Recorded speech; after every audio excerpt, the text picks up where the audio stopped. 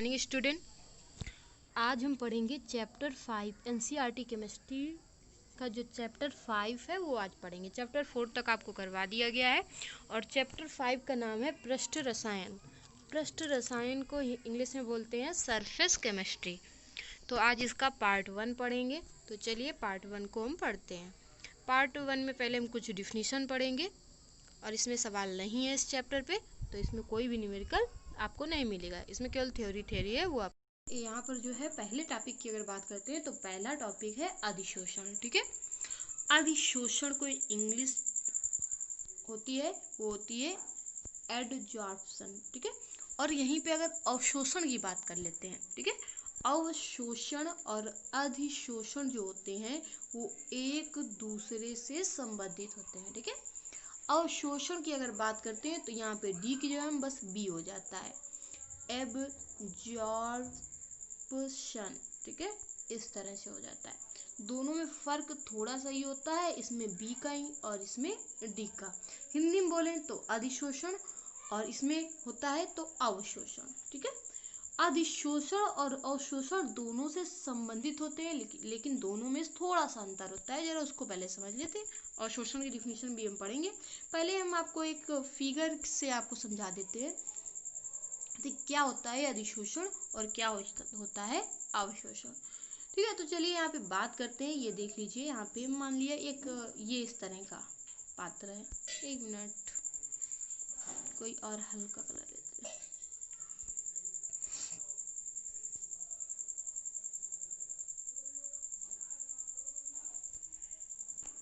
देखिए, मान लीजिए ये गोल गोल ये पृष्ठ बना लिया, ठीक है, और ये पृष्ठ बना लिया। हमने दो पृष्ठ बना लिए, सतह बना लिए। मान लिए हमने यहाँ पे कुछ कण ले लिए, या गैस लिए, द्रव लिया या ठोस लिया, कोई भी कण ले लीजिए। ठीक है, तो वो कण हम ले लेते हैं। तो ये जब होता है इस तरह से, जब ये कण होते हैं ये आपस में, ये यहाँ पे साइड में, यहाँ पे साइड में। ठीक है, ये कण जो होते हैं ये आस पास इसके जो होते हैं ये क्या होते हैं, चिपक जाते हैं। ठीक है, ये कण, और इसमें यही कण जो होते हैं वो अंदर प्रवेश कर जाते हैं। दिखाई पड़ रहा है? ठीक है, ये कण इसके तो अंदर चले जाते हैं, लेकिन इसमें ये केवल बाहर ही रहते हैं। तो देखिए, ये जो लगी हुई है इस तरह से, जो ये बनी हुई है, ये हमारी सतह है। क्या है? सतह। और ये कण सतह पर चिपक जाते हैं। ठीक है, जो कण सतह पर चिपक जाते हैं, अंदर प्रवेश नहीं करते हैं, तो उन्हें हम लोग बोलते हैं अधिशोषण। क्या बोलते हैं? अधिशोषण। ठीक है, जो कण क्या होते हैं, बाहर की सतह पर ही चिपके रहते हैं, अंदर प्रवेश नहीं करते हैं, उसे अधिशोषण कहते हैं। और जो कण अंदर प्रवेश कर जाते हैं उसे हम लोग बोलते हैं अवशोषण। तो दोनों में से बस थोड़ा सा ही अंतर है। ठीक है, अवशोषण और अधिशोषण में, कि अधिशोषण के कण क्या होते हैं, केवल सतह पर ही चिपके रहते हैं, और अगर अवशोषण की बात कर लें तो अवशोषण में जो कण होते हैं वो अंदर प्रवेश कर जाते हैं। तो ये क्रिया अवशोषण कहलाती है और ये क्रिया अधिशोषण कहलाती है। तो पहले हम अधिशोषण की डिफिनीशन पढ़ लेते हैं, उसके बाद हम अवशोषण की डिफिनीशन पढ़ लेंगे। ठीक है, तो चलिए अवशोषण की डिफिनीशन में पढ़ लेते हैं। जब हम किसी, ठीक है, यहाँ पे लिख लीजिएगा किसी, यहाँ पे लिख लीजिएगा किसी, जब हम, एक मिनट फिर से लिखिए सही से, तो जब हम किसी, ठीक है, जब हम किसी ठोस पदार्थ का द्रव या गैस के संपर्क में लाते हैं, जब हम किसी ठोस पदार्थ को, ठीक है, जब हम किसी ठोस पदार्थ को द्रव या गैस के संपर्क में लाते हैं तो हम पाते हैं कि ठोस की सतह पर, ठीक है, अभी हमने जो बताया था उसी तरह से ये लाए थे, और यहाँ पे ये जो हमारे कण थे ये बाहर सतह पर चिपक गए थे। तो ठोस की सतह पर द्रव या गैस के अणु या कण चिपके हुए पाए जाते हैं। इस घटना को क्या बोलते हैं? अधिशोषण कहते हैं। तो इस घटना को ही क्या बोला जाता है, अधिशोषण कहा जाता है। तो अगर हम अधिशोषण की बात करें कि अधिशोषण होता क्या है, तो एक बार फिर से डिफिनीशन देख लीजिए। जब हम किसी ठोस पदार्थ को द्रव या गैस के संपर्क में लाते हैं तो हम पाते हैं कि ठोस की सतह पर द्रव या गैस के अणु या कण चिपके हुए पाए जाते हैं। इस घटना को अधिशोषण कहा जाता है। ठीक है, तो ये अधिशोषण की हमारी डिफिनीशन है। ठीक है, तो चलिए अब अवशोषण पर, अब हमने अधिशोषण पढ़ा है, अब हम अवशोषण पढ़ते हैं। तो देखिए अवशोषण क्या होता है। अवशोषण की बात करें तो ये है हमारा अवशोषण। ठीक है, अवशोषण की डिफिनीशन पढ़ते हैं। तो अवशोषण के बारे में भी आपको अभी भी बताया गया है कि अवशोषण होता क्या है। तो अवशोषण के बारे में आपको बताया गया है, ये अवशोषण के बारे में अभी आपको बताया गया कि अवशोषण एक प्रकार की रासायनिक या भौतिक घटना है, ये तुम्हें पता ही है। यह एक प्रक्रिया है जिसमें एक पदार्थ के अणु समान रूप से दूसरे पदार्थ में वितरित हो जाते हैं। इस घटना या प्रक्रिया को ही अवशोषण कहा जाता है।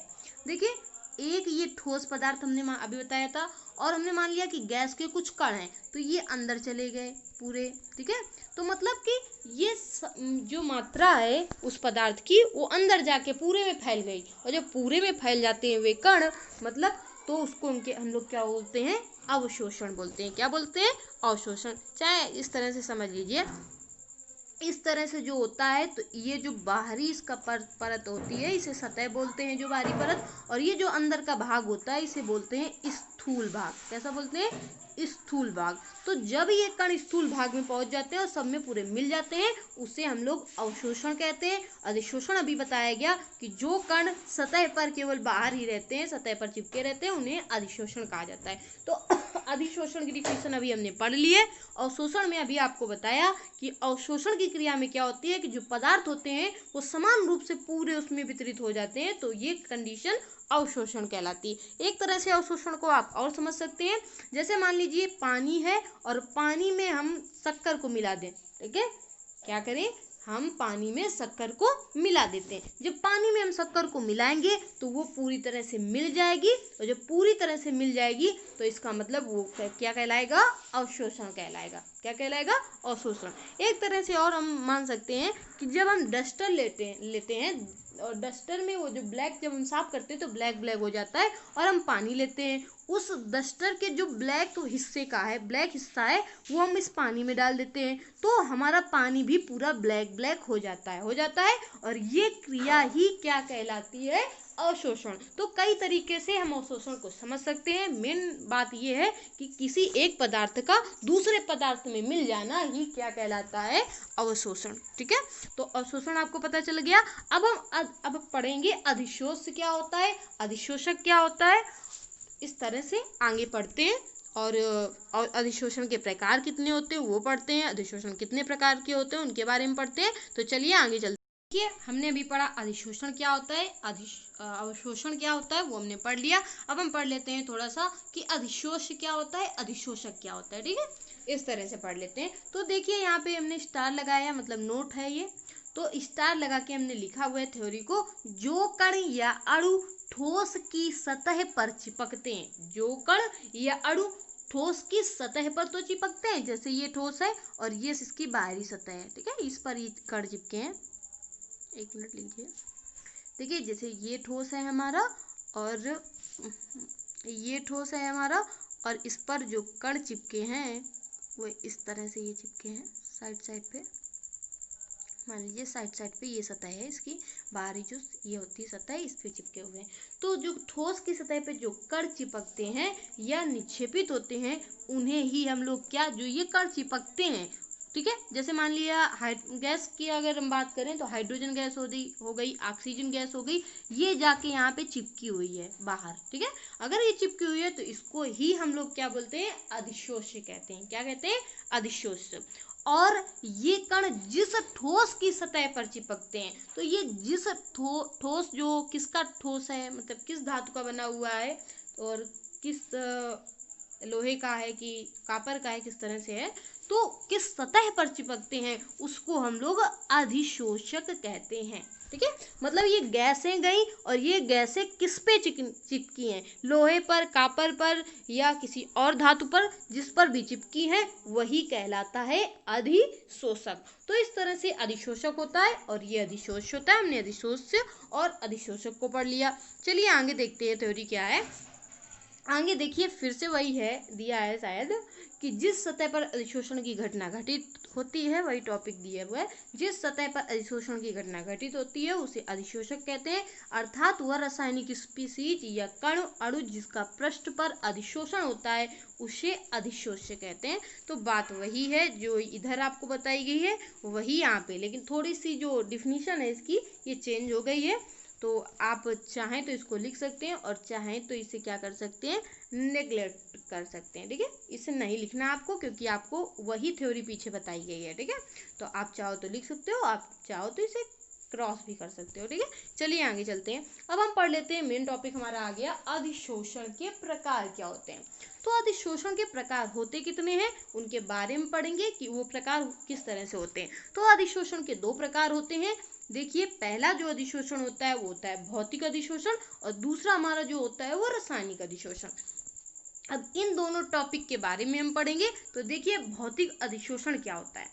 ठीक है, तो भौतिक अधिशोषण की अगर हम बात करें तो जब अधिशोष्य के अणु, ठीक है, जब क्या होता है, अधिशोष्य के अणु अधिशोषक की सतह पर, जब अधिशोष्य के अणु अधिशोषक की सतह पर, अभी आपको बताया कि अधिशोष्य क्या होता है और अधिशोषक क्या होता है। ठीक है, तो जब अधिशोष्य के अणु अधिशोषक की सतह पर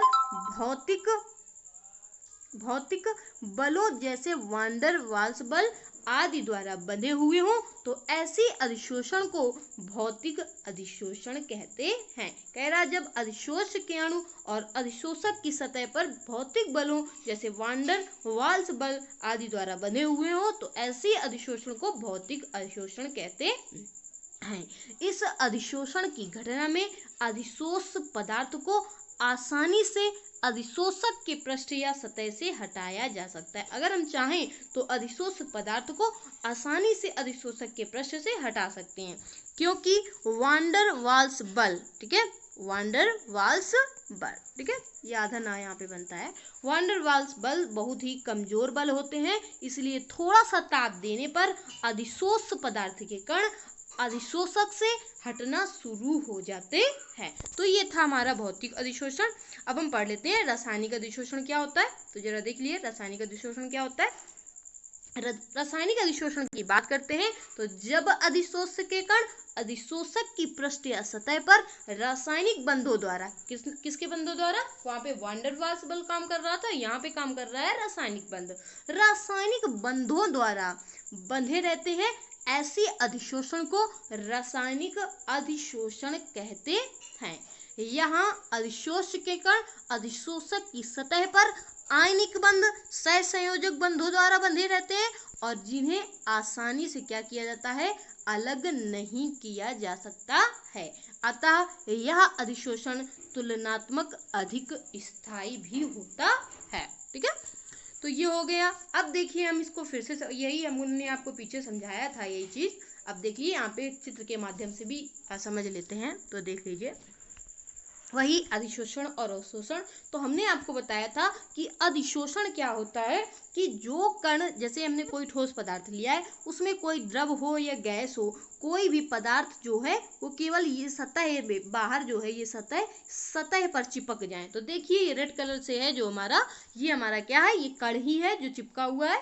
ठीक है, ये जो है ये हमारा कण है जो चिपका हुआ है सतह पर, और ये जो ब्लैक कलर की हमें दिख रही है हमारी सतह है, ये हमारी क्या है, सतह है। तो सतह के साइड में चिपके हुए हैं जो कण, इसको हम अधिशोषण, इस घटना को हम लोग क्या बोलते हैं, अधिशोषण कहते हैं, जो पीछे आपको बताया गया था अभी। अब देखिए अवशोषण की घटना की बात करते हैं। तो देखिए यहाँ पे ये जो सतह है, लेकिन ये सतह के अंदर प्रवेश कर जाते हैं और पूरी तरह से पूरे स्थूल भाग में, पूरे अंदर वो क्या होते हैं, बिल्कुल मिक्स हो जाते हैं वो कण। ठीक है, तो इस तरह को हम लोग क्या बोलते हैं, अवशोषण कहते हैं। क्या बोलते हैं, अवशोषण। तो ये हमने आपको पीछे ही बताया था, लेकिन यहाँ पे अच्छे से चित्र बना हुआ है साफ साफ। अब देख लिए अधिशोषक और अधिशोषक क्या होता है। ठीक है, अधिशोष और अधिशोषक क्या होता है। तो यहाँ पे दोनों चीज लिख गई है, ठीक है, एक ही चीज लिख गई है। तो अधिशोष आपको बताया गया कि अधिशोष क्या होता है। तो अधिशोष वो होता है जो पदार्थ होते हैं, जो हम पदार्थ लेते हैं, मान लीजिए गैसें ले ली तो वो हमारा अधिशोष कहलाता है, ठीक है, जो गैसें ली वो हमारा क्या कहलाएगा, अधिशोष कहलाएगा। और जो हमारी गैसें होती हैं, ठीक है, वो किस पर वो हो रही, किस सतह पर, ये सतह जो ये बनी हुई है ये किसकी बनी हुई है, ये किसकी बनी हुई है सतह, ये कापर की बनी हुई है कि ये आयरन की बनी हुई है कि ये चांदी की बनी हुई है, जिसकी बनी हुई है, किसकी बनी हुई है, जिसकी ये बनी होती है, ठीक है, तो उस पर जो होता है तो उसे हम लोग अधिशोषक कहते हैं, उसे हम क्या कहते हैं, अधिशोषक। तो यहाँ पे सही कर लीजिएगा, अधिशोषक कर लीजिएगा, ठीक है। चलिए, तो ये थी हमारी। अब हम पढ़ते हैं अधिशोषण समतापी वक्र क्या होता है। तो अगर अधिशोषण समतापी वक्र की बात करते हैं तो देखिए, अधिशोषण समतापी वक्र जो होता है उसमें हम क्या करते हैं, सबसे पहले अधिशोषक के प्रति, ठीक है, अधिशोषक के प्रति ग्राम में अधिशोषित गैस की मात्रा, अधिशोषक के प्रति ग्राम में अधिशोषक के गैस की मात्रा तथा स्थिर ताप पर अधिशोष के दाब के बीच खींचा गया वक्र ही कहलाता है अधिशोषण समतापी वक्र। क्या कहलाता है, अधिशोषण समतापी वक्र, ठीक है। आगे अगर बात करते हैं तो देखिए, हमने पूरा समतापी पढ़ा है, उस समतापी का जो पहला टॉपिक है हमारा वो है फ्रेडरिक भी बहुत लोग इसको बोलते हैं, फ्रेडरिक भी बोलते हैं, फ्रेडरिक अधिशोषण समतापी वक्र।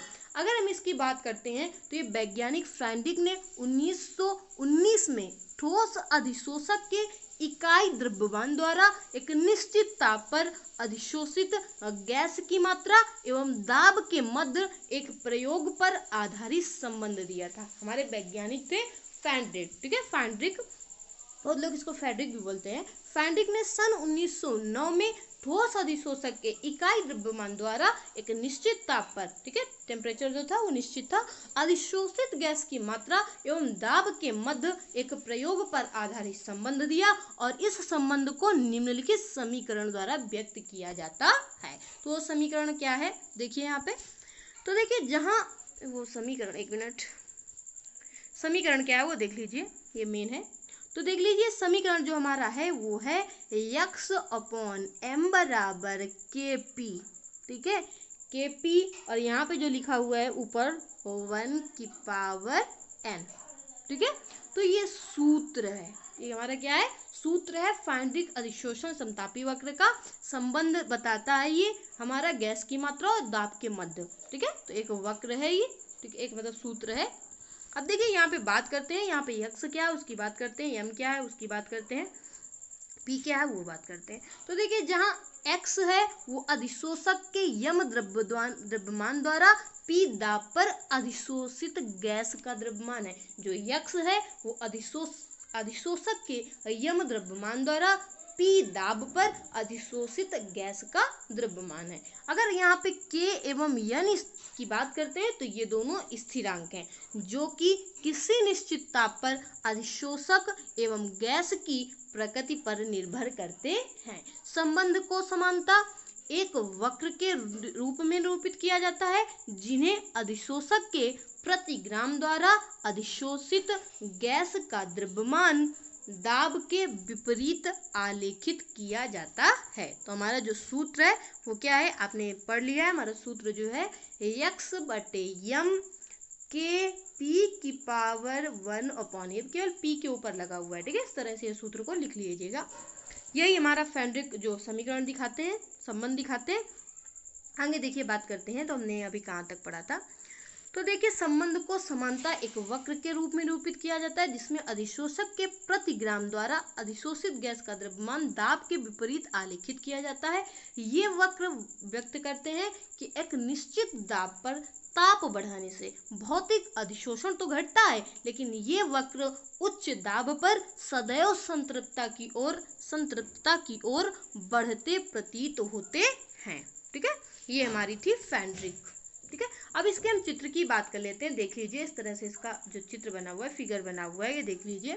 यहाँ पे टेम्परेचर जो हमारा है पहले कम था, फिर इस तरह से उच्च दाब पर होता चला जाता है। और ये हमारा प्रेशर यहाँ से, और ये हमारा x/m जो क्या करता है, संबंध को बताता है। x1 और p दोनों एक दूसरे में अपने क्या करते हैं, संबंध को दर्शा रहे हैं।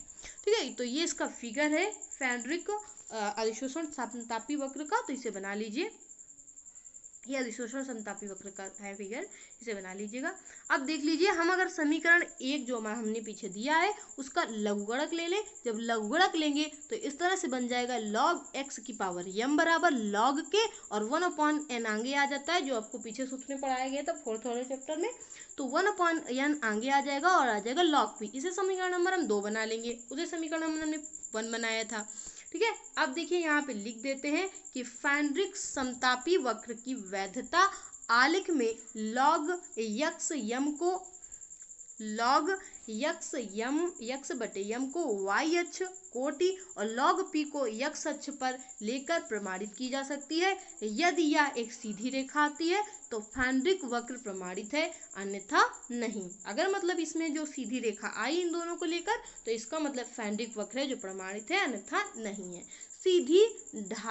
सीधी रेखा का ढाल की बात करें तो सीधी रेखा का जो इसमें ढाल होता है वो 1/n का मान देता है, y अक्ष पर अंतःखंड log k का मान देता है। ठीक है, तो ये था हमारा क्या, फेडरिक समतापी। आगे इसी में हमारा जो आता है वो आता है लैंगम्यूर समतापी वक्र। क्या होता है, तो अगर हम लैंगम्यूर समतापी वक्र की बात करते हैं तो यहाँ पे हम ले लेंगे कि माना कि दाब P पर अधिशोषक के 1 सेंटीमीटर क्षेत्रफल सतह पर T अंश भाग पर ही अधिशोष गैस का अधिशोषण होता है। हम मान लेते हैं कि माना कि दाब P पर अधिशोषक के 1 सेंटीमीटर क्षेत्रफल सतह पर थीटा अंश भाग पर ही अधिशोष गैस का अधिशोषण होता है। अतः 1 - थीटा भाग अधिशोषण नहीं करता, तो अधिशोषण की जो दर होती है वो गैस के दाब तथा पृष्ठ क्षेत्रफल 1 - थीटा के समानुपाती होती है। ये हमारा है लैंगम्यूर समतापी वक्र। ठीक है, अब देखिए हम कुछ अंतर पढ़ लेते हैं भौतिक अधिशोषण और रासायनिक अधिशोषण के बारे में। ठीक है, अभी हमने भौतिक अधिशोषण और रासायनिक अधिशोषण को पढ़ा था, अब उन्हीं के बीच में डिफरेंस पढ़ लेते हैं। ठीक है, तो देख लीजिए डिफरेंस, पहला डिफरेंस क्या है। पहले डिफरेंस की बात करें तो भौतिक अधिशोषण होता क्या है, तो अभी हमने पढ़ा था कि अधिशोषक व अधिशोष के मध्य क्या होता है, वंडर वाल्वर्स जो बल होते हैं वो दुर्बल होते हैं। और रासायनिक अधिशोषण की तरफ क्या होता है कि अधिशोषक व अधिशोष के मध्य प्रबल रासायनिक बंध बनते हैं। ये पहला अंतर हो गया। दूसरे अंतर की बात करें तो यह विशिष्ट नहीं होता, अर्थात सभी गैसें ठोस की सतह पर कुछ ना कुछ मात्रा में अवश्य अधिशोषित होती हैं। और यहीं पे अगर बात करें इसकी तरफ, रासायनिक अधिशोषण की तरफ, तो रासायनिक अधिशोषण की बात करते हैं तो देख लीजिए रासायनिक अधिशोषण क्या होता है, यह विशिष्ट होता है, अर्थात वे सभी गैसें जो ठोस से स्थायी बंध बना लेती हैं उनका ही अधिशोषण केवल इसमें होता है।